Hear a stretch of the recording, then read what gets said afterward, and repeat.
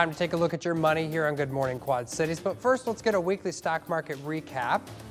The S&P 500 is down 1.2%, the NASDAQ down 0.9%, and the Dow Jones Industrial Average is down 2%. And despite concerns of potential recession, the U.S. labor market has remained quite resilient. So far this year, the economy has added an average of 278,000 new jobs every month.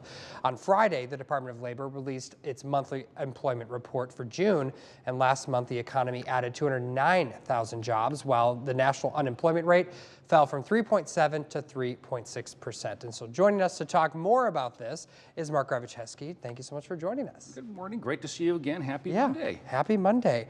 Did this report surprise you at all?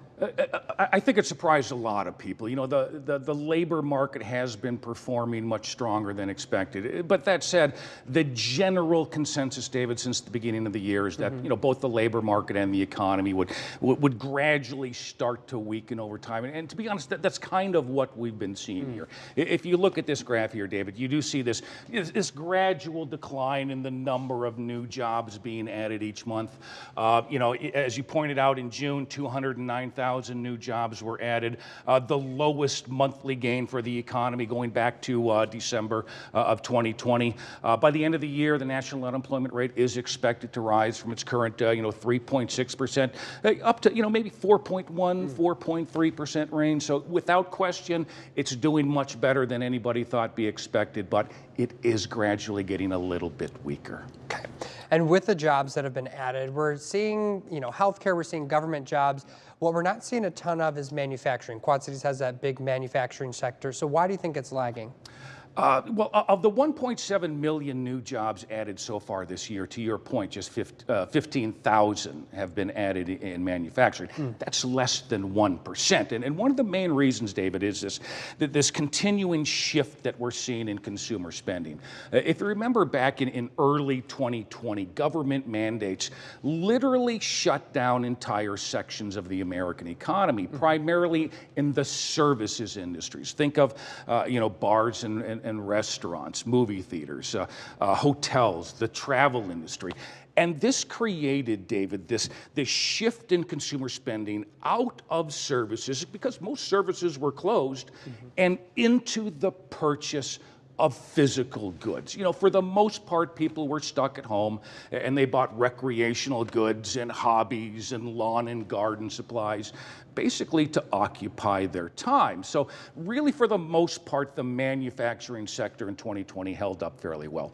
But as this economy started to reopen, we're now seeing that return shift in consumer spending out of physical goods and manufacturing and back into services. So whereas the job growth and job gains in the service sector has remained, fairly strong and robust, the job gains in the manufacturing sector are certainly lagging behind. When do you think we would see a rebound from the manufacturing sector?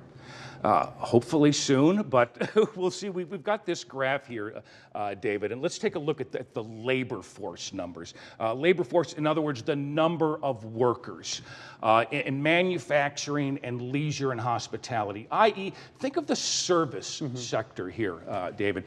Now, and this really shows the impact those government mandates in early 2020 had on the service industries.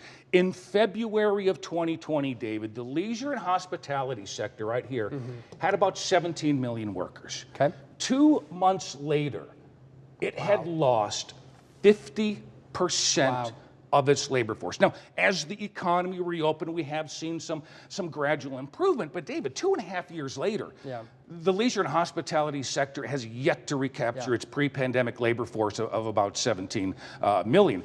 Now, because factories remained open during the pandemic, they never really shut down. Overall, the labor force for the manufacturing sector has held up okay. I guess you could say.